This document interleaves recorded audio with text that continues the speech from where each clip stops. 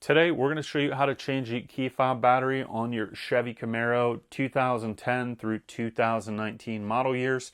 You're going to need a CR2032 replacement battery, which we've got right here, and we've also got a link to those below if you need to get one of these batteries.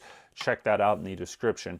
In order to do this, all you're going to do is pop the key open, and you can see that on the key there's a seam right here in the middle, the bottom and the top. The bottom does not come off, the top does. All you're going to do with the key open is you're going to put your finger down here and you're going to lift up and pry, and that's going to open up the battery compartment here. And sometimes that battery will pop out, or sometimes it's going to be stuck down in there. This one popped out, no problem.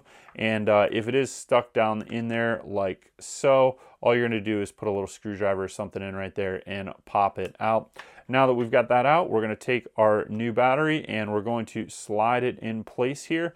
And then we're going to take our cover, we're going to put that back on, and all we're going to do is push it in place until it snaps in place.